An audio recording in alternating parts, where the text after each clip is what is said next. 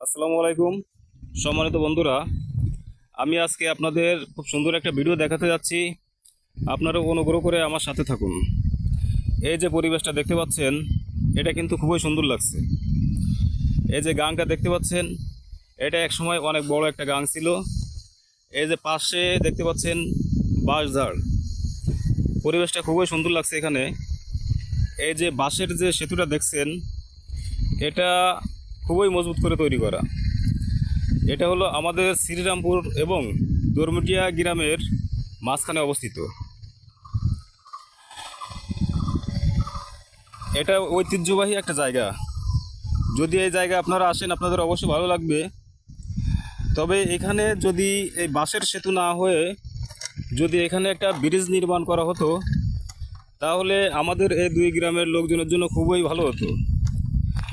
এই যে আপনারা দেখতে পাচ্ছেন, এই যে দেখুন গাংটা অনেক ছোট হয়ে গেছে এখন। ওই পাশে দেখেন আমরা আমাদের গ্রামের যে ঐতিহ্যবাহী স্থান কালীবাড়ি, ওইটা দেখা যাচ্ছে। ওই যে দেখুন, খুব সুন্দর লাগছে এখানে। আমি এখন এই সেতুর মধ্যে হেঁটে চলেছি। এই যে দেখুন, অনেক সুন্দর লাগছে কিন্তু। তবে আমি চাই এখানে একটা ব্রিজ খুব দ্রুত নির্মাণ করা হোক। যদি ব্রিজটা নির্মাণ করা হয়, তাহলে আমাদের এই দুই গ্রামের লোকজনের অনেক সুবিধা হবে। এই যে দেখুন বন্ধুরা, এই পরিবেশটা অনেক সুন্দর লাগছে কিন্তু। অসাধারণ পরিবেশ লাগছে, অসাধারণ পরিবেশ। এই যে তাল গাছটা দেখতে পাচ্ছেন, আর এখানকার রোডটা দেখেন, খুবই ভালো লাগছে।